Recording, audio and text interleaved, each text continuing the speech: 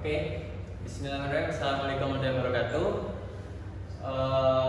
Pada kesempatan kali ini saya akan melakukan presentasi materi dari bagian mata kuliah Audit Sistem Informasi dengan dosen pengampu Bapak Raden Bisma. Pada kesempatan kali ini saya akan mempresentasikan chapter 2 dari buku The Basic of IT Audit. Nah, di chapter ini kita akan membahas tentang auditing in context. Perkenalkan dulu sebelumnya, nama saya Muhammad Fathul Aziman dengan NIM 3 digit NIM terakhir 039. Oke, ini bagian kita mulai ke bagian pendahuluan. Audit dalam konteks. Fungsi audit secara umum dan khususnya audit TI jarang ada atau beroperasi secara terpisah. Sebaliknya, mereka berfungsi sebagai elemen penting dalam strategi dan program organisasi yang lebih luas seperti manajemen risiko, manajemen kepatuhan, keamanan informasi, manajemen kualitas, dan tata kelola TI. Bab ini memberikan deskripsi singkat tentang masing-masing disiplin ini dan menjelaskan ketergantungan serta komposisi logis dari berbagai fungsi dan proses. Nah, dari fungsi dan proses tersebut, ini juga memperhatikan tentang menggabungkan beberapa bidang dalam audit IT secara kompleks. Dengan demikian, bab ini membantu menjelaskan lebih rinci mengapa organisasi melakukan audit, khususnya audit internal, dan mengidentifikasi beberapa sumber potensial nilai bisnis yang dapat dicapai oleh organisasi melalui audit itu sendiri, dengan merujuk pada standar eksternal dan panduan yang tersedia jika berlaku.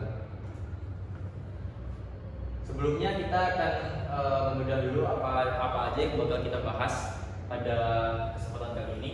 Yang pertama, kita akan membahas tentang informasi awal di bab ini secara keseluruhan. Lalu yang kedua ada IT governance atau tata kelola TI. Lalu yang ketiga ada risk management atau manajemen risiko. Lalu yang keempat ada compliance and certification atau kepatuhan dan sertifikasi. Lalu yang kelima ada quality management and assurance, itu manajemen kualitas dan jaminan mutu. Lalu yang terakhir adalah information security management atau manajemen keamanan informasi. Nah, semua ini adalah bagian yang menjadi penopang kompleks dari tata kelola dari audit information system itu sendiri. Information in this chapter, kita masuk ke bagian awal. Organisasi biasanya mendirikan kemampuan audit TI internal untuk mendukung inisiatif manajemen yang bergantung pada TI. Program audit TI membantu dalam tata kelola TI, manajemen risiko, standar kepatuhan, perbaikan berkelanjutan, dan jaminan kualitas. Dalam hubungan timbal balik dengan tata kelola, risiko, kepatuhan, dan kualitas, audit TI memainkan peran kunci sebagai factor dalam merencanakan dan melaksanakan program-program tersebut. Bab ini akan menggambarkan inisiatif, organisasi, dan peran audit TI dalam masing-masing dari mereka. Nah, ini semua merangkum elemen struktural utama, proses dan karakteristik lain dari program perusahaan yang didukung oleh audit TI dan menjelaskan hubungan timbal balik antara audit TI dan tata kelola, risiko, kepatuhan, dan kualitas. Nah, seperti diilustrasikan dalam gambar tersebut, gambar berikut. Pada gambar ini bisa dilihat dari enterprise management program dan function yang ada di dalamnya, ada strategic planning, governance, risk, compliance, quality. Itu semua masuk, itu semua akan berkorelasi dengan IT audit program yang di dalamnya ada operational audit, sistem audit, compliance audit, quality audit, dan lain-lain. Lalu semuanya itu akan menurun juga ke IT audit finding and reports, temuan dan laporan. Nah, itu adalah output dari auditing yang akan dilakukan. Oke, kita masuk ke bab selanjutnya, itu IT governance. Itu di bab ini kita akan menjelaskan tentang tata kelola IT. Nah, IT governance. Istilah governance dalam konteks bisnis secara umum merujuk pada perangkat kebijakan, proses, dan tindakan yang diambil oleh manajemen untuk menentukan strategi organisasi dan mengoperasikan organisasi dengan cara yang diharapkan, yang dapat membantu mencapai tujuan bisnisnya. Sebaliknya, tata kelola TI mengacu pada struktur dan proses yang digunakan untuk organisasi untuk memastikan bahwa TI mereka mendukung tujuan dan objektif sebuah organisasi. Menurut Institut Tata Kelola TI, Tujuan tata kelola yang berlaku untuk hampir setiap domain termasuk menyelesaikan strategi TI dengan strategi perusahaan, lalu juga mengalokasikan sumber daya TI secara efisien untuk mendukung pencapaian tujuan organisasi dan mewujudkan nilai yang efektif dapat menambah pengukuran kinerja yang memungkinkan organisasi menilai sejauh mana mereka mencapai tujuan. Dalam tata kelola TI mencakup fungsi manajemen dan yang semuanya itu fungsi itu akan digambarkan dalam enterprise governance gambar berikut. Di situ ada static alignment, value delivery, risk management, lalu ada performance measurement. Nah, itu semua adalah bagian dari enterprise IT governance. Oke, implementasinya. Dalam implementasinya ada 8 aktivitas ya. Dalam pengelola IT mencakup berbagai proses dan kontrol. Untuk aplikasi, sistem, jaringan infrastruktur, personel, pusat data dan lainnya termasuk dalam 8 bagian berikut. Yaitu pertama ada kebijakan terkait teknologi informasi, lalu ada prosedur operasional standar atau SOP secara prosedur, lalu ada rencana manajemen, pemantauan dan manajemen kinerja, ada fungsi pengawasan, kontrol TI dan pemantauan kontrol, lalu ada proses pengembangan sistem dan perangkat lunak, dan lagi ada aktivitas operasi dan pemeliharaan sistem berkelanjutan. Oke, fungsi dan proses tata kelola TI dapat diterapkan pada berbagai tingkatan organisasi, termasuk pengendalian internal, fungsi bisnis, infrastruktur sistem, hingga proyek individu. Terdapat berbagai kerangka tata kelola yang akan digunakan seperti COVID dan ISO 38500 yang mengambil perspektif organisasi secara menyeluruh.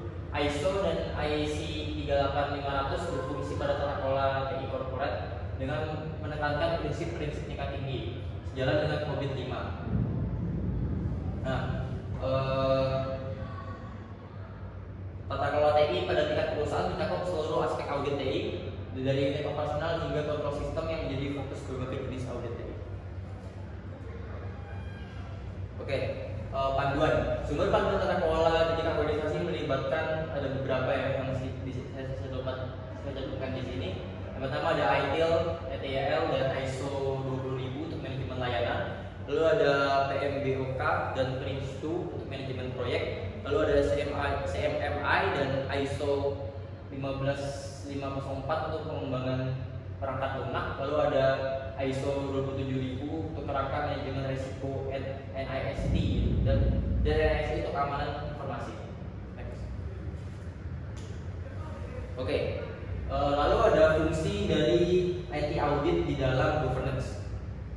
Organisasi tidak harus mengikuti karakter formal untuk menerapkan tata kelola yang efektif. Nah, di sini tuh bisa dinotis ya bahwa organisasi itu tidak harus mengikuti suatu karakter formal tertentu untuk menerapkan tata kelola yang efektif bagi perusahaannya. Jadi organisasi bisa mencari ataupun melakukan formulasi terbaik dari beberapa kerangka untuk menghasilkan output yang sesuai dengan tujuan organisasi.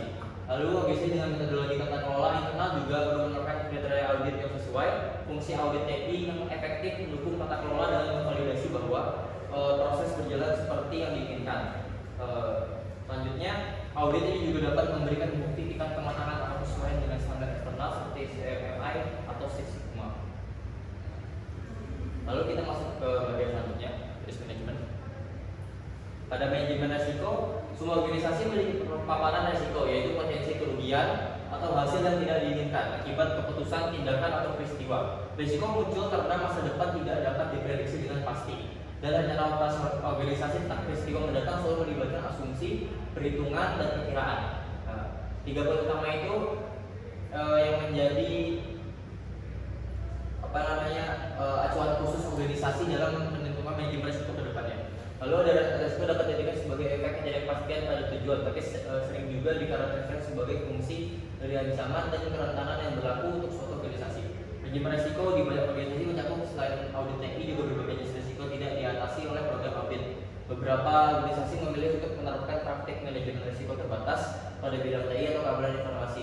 Daripada melibatkan manajemen risiko perusahaan secara menyeluruh, manajemen risiko dapat berfokus pada sistem informasi atau kontrol keamanan, terutama di organisasi kecil atau sektor publik. Sebaliknya, di sektor bisnis yang kompleks, manajemen risiko dapat diatur oleh perusahaan yang mencakup risiko IT, keamanan informasi, serta risiko keuangan, operasional, strategis pasar, rantai pasok, reputasi hukum, dan lain-lain.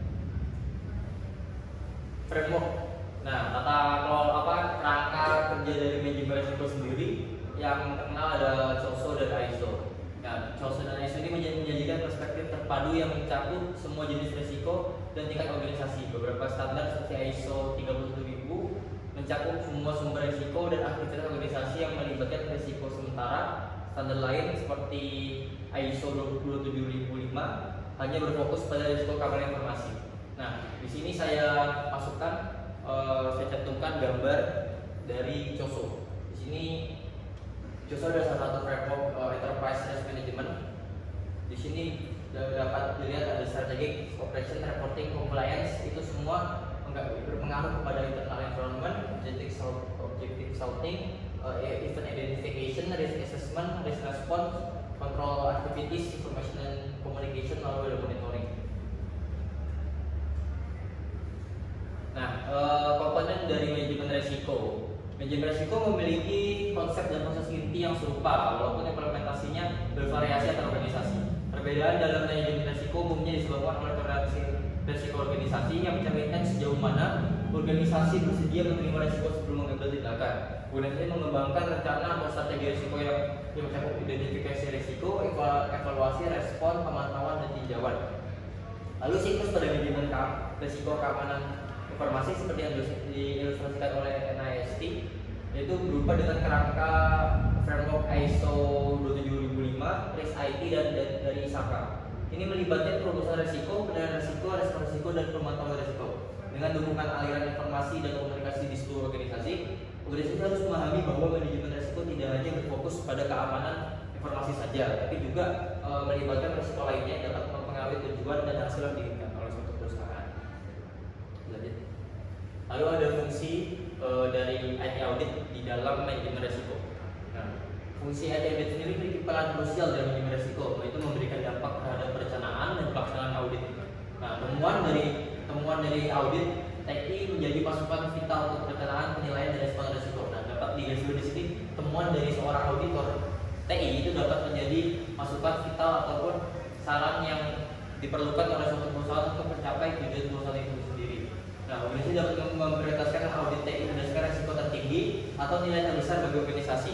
Audit TI juga berkontribusi pada penilaian ancaman dan kerentanan dengan mengidentifikasi kelemahan, memberikan informasi dan yang melengkapi penilaian risiko organisasi. Lalu informasi kerentanan dapat diperoleh dari berbagai sumber eksternal seperti CVE, CERT, dan juga SERT. Audit TI membantu organisasi untuk mengelola risiko dan mengalokasikan sumber daya audit sesuai dengan tujuan bisnis strategis. Lalu ada complete certification, yaitu kepatuhan serta sertifikasi dalam IT audit. Nah, kepatuhan serta sertifikasi organisasi beroperasi dengan berbagai aturan dan persyaratan, termasuk yang berasal dari undang-undang, regulasi, dan standar. Kegiatan kepatuhan mengevaluasi sejauh mana organisasi memenuhi persyaratan ini dan mengidentifikasi ketidaksesuaian atau kegagalan. Kepatuhan merupakan data tata kelola yang mengukur kemajuan organisasi dalam menjalankan proses dan standar.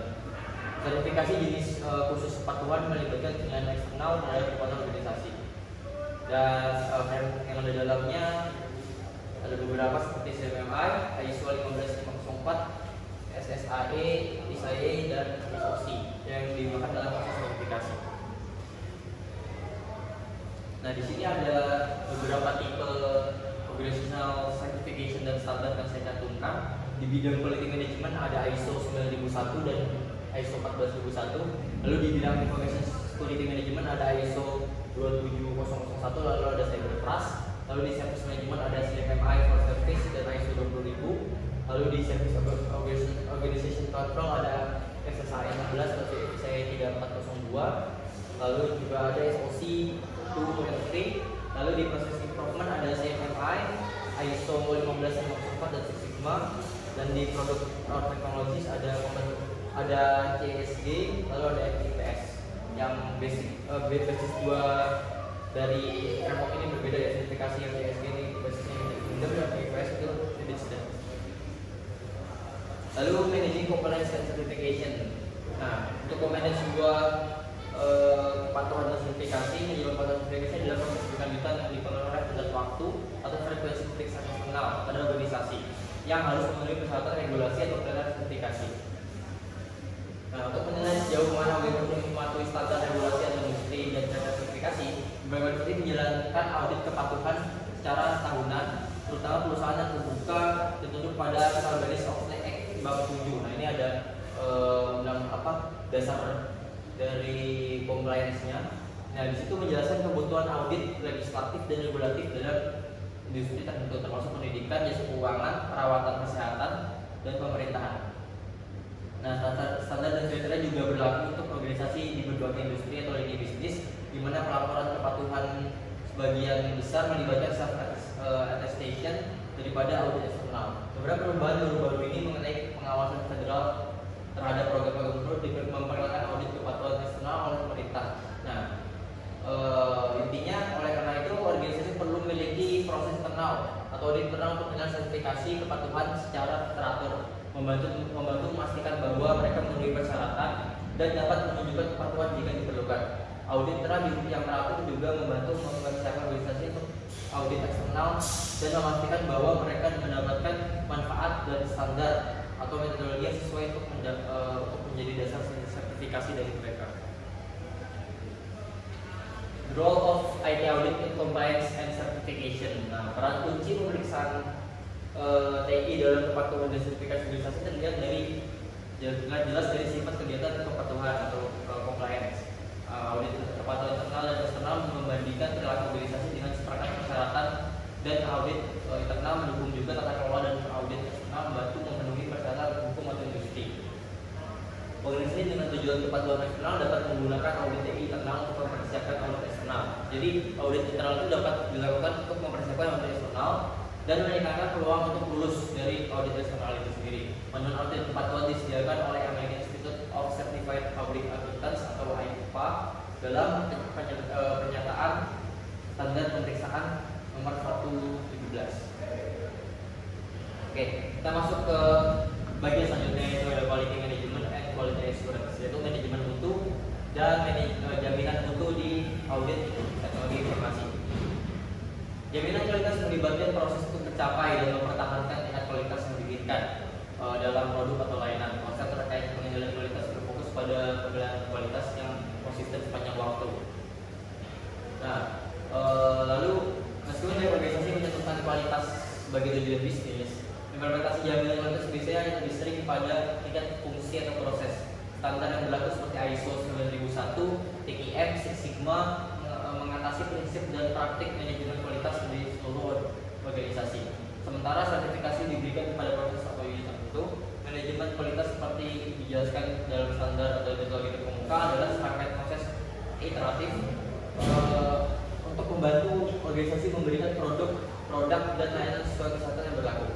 Nah, di sini saya masukkan gambar tentang proses yang ada di ISO 9001. Nah, di dalam proses ini tuh ISO 9001 itu menggunakan pendekatan iteratif dan berfokus atau emphasize di continuous improvement atau pengembangan lebih lanjut. Ya, secara langsung seperti ini sebagai siklus garis besarnya sebagai berikut. Nah, selanjutnya kita akan menentukan siklus DEMI. Kontribusi manajemen kualitas dalam bidang audit TI jauh melampaui penggunaan prosedur audit. Dan dalam kegiatan jaminan kualitas banyak proses yang dijelaskan dalam metodologi tata kelola, manajemen risiko, manajemen layanan, dan audit memiliki dasar bersama, yaitu adalah siklus DEMI atau PDCA yang diperkenalkan oleh W. Edward Deming ya, yang membuat siklus Deming ini. Nah, siklus Deming ini adalah dasar atau yang dipakai secara masif ya, atau secara general di banyak sistem tata kelola, yaitu PDCA cycle. Itu ada PDCA itu disingkat dari plan, do, check, dan act. Plan adalah fase merencanakan, lalu do adalah fase melakukan, di mana organisasi melakukan apa yang sudah direncanakan sebelumnya. Lalu ada check adalah fase observasi, efek dan perubahan yang dilakukan. Lalu ada act atau aksi, yaitu adalah fase fase di mana melakukan aksi dari plan, do, dan check yang sudah dilakukan. Dan ini akan terus berputar seiring berjalannya waktu, karena ini adalah sebuah cycle ataupun siklus yang harus dijalankan oleh suatu perusahaan. Oke, fungsi dari AT audit dalam quality management. Nah, audit TI mendukung manajemen kualitas dengan memastikan hasil operasional memenuhi standar dan output sesuai dengan kriteria kualitas. Sistem manajemen kualitas disusun audit periodik untuk memeriksa kepatuhan dan pengoperasian yang baik. Organisasi melakukan audit internal terhadap program audit termasuk TI dan sistem manajemen kualitas. Berbagai jenis audit TI dapat digunakan untuk produk layanan, proses, dan sistem kontrol. Hasil audit TI untuk jaminan kualitas dapat mengonfirmasi kepatuhan atau mengidentifikasi penyimpangan atau tindakan korektif. Meski audit TI menekankan kepatuhan, mereka cocok untuk mengidentifikasi peluang perbaikan. Metodologi kualitas termasuk re-engineering proses, TQM, CMMI, dan Six Sigma.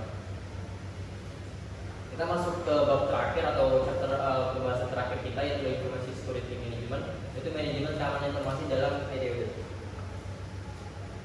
Ya, manajemen keamanan informasi sering dianggap sebagai fungsi yang lebih rendah dibandingkan dengan tata kelola TI. Padahal fokus manajemen keamanan informasi menjadi fokus utama, dan audit TI adalah kontrol keamanannya, ya, administratif, fisik maupun teknis. Manajemen keamanan informasi melibatkan pemilihan, implementasi, dan pemantauan kontrol untuk melindungi kerahasiaan, integritas, dan ketersediaan sistem informasi. Lalu hal ini berbasis resiko yang dihadapi organisasi, di mana keputusan mengenai keamanan harus seimbang dengan biaya dan risiko yang akan dihadapi. Lalu organisasi tunduk pada persyaratan hukum dan regulasi yang mewajibkan suatu tindakan atau pencegahan minimum. Lalu regulasi tersebut jarang menentukan kontrol keamanan spesifik, meninggalkan pilihan pada setiap organisasi. Regulator pun juga sering merekomendasikan standar yang terpisah. Organisasi biasanya memilih mengadopsi angka kontrol seperti ISO 27002 dan mencari sertifikasi untuk mencapai keamanan setiap regulasi yang sesuai dengan regulasi. Nah, kita sini akan membahas tentang ISO 27001, yaitu standar seperti ISO 27001 menggambarkan proses iteratif yang sama seperti dalam manajemen kualitas, manajemen risiko, dan tata kelola. Seperti diillustrasikan pada gambar berikut ini. Ini ada SMS proses pada ISO 27001 dengan basic awal fungsinya sama, itu adalah PDCA cycle atau cycle streaming. Di sini ada di tahap plan ada stabilize the SMS atau menyiapkan dari SMS itu sendiri. Lalu ada implement and operate dari SMS, itu mengimplementasikan dan mengoperasi SMS dalam tahap do. Lalu tahap monitoring dan review dari SMS pada tahap check, dan pada tahap aksi atau act ada maintenance and improving, yaitu memaintain dan melakukan improve atau pengembangan lebih lanjut pada SMS itu sendiri. Lalu fungsi audit TI di dalam information security management. Manajemen keamanan informasi mendukung audit TI dengan mengimplementasikan kontrol keamanan internal. Meskipun penting, manajemen keamanan informasi hanya mencakup sebagai kontrol di TI dalam suatu organisasi. Nah, audit TI sendiri memberikan pemeriksaan rinci terhadap kontrol internal keamanan, memastikan sesuai juga dengan operasi di TI dan dengan kebijakan yang sesuai dengan prosedur organisasi. Program keamanan informasi termasuk ISO 27001 juga menjadi subjek audit TI yang mengevaluasi tujuan kontrol keamanan, kontrol yang diimplementasikan, dan proses operasional. Program keamanan informasi dapat mengalami review atau audit formal tergantung pada industri dan pengawasan yang berlaku. Pemeriksaan kontrol juga menjadi bagian, kontrol keamanan juga menjadi bagian dari audit internal dan eksternal, termasuk yang berfokus pada pengendalian sistem akuntansi, dan pelaporan keuangan di perusahaan publik, perusahaan pemerintah. Oke, di sini ada saya mencakup rangkum ataupun mengutip summary atau kesimpulan dari bab ini. Bab ini mengidentifikasikan fungsi manajemen organisasi utama yang mempengaruhi dan didukung oleh audit TI, termasuk DRC dan sertifikasi serta manajemen kualitas. Nah, setiap fungsi ini memiliki hubungan timbal balik dengan program audit TI di suatu organisasi, membantu mengidentifikasi dan memprioritaskan area target untuk diaudit, serta menggunakan temuan yang dihasilkan dalam audit TI sebagai masukan ataupun saran untuk pengembangan lebih lanjut. di dalam bab ini dimaksudkan untuk menetapkan audit TI dalam konteks yang tepat dan menjelaskan sifat dan tujuan audit TI yang dilakukan untuk mendukung disiplin manajemen yang berbeda. Informasi ini juga menyoroti berbagai perbedaan kunci antara program dan aktivitas audit internal dan eksternal yang semua bahasan ini akan diperluas dalam 2 bab berikutnya. Oke. Mungkin sekian dari saya untuk presentasi dan materi kali ini. Untuk bab selanjutnya akan dijalankan oleh teman saya. Kurang lebihnya mohon maaf. Terima kasih. Assalamualaikum warahmatullahi wabarakatuh.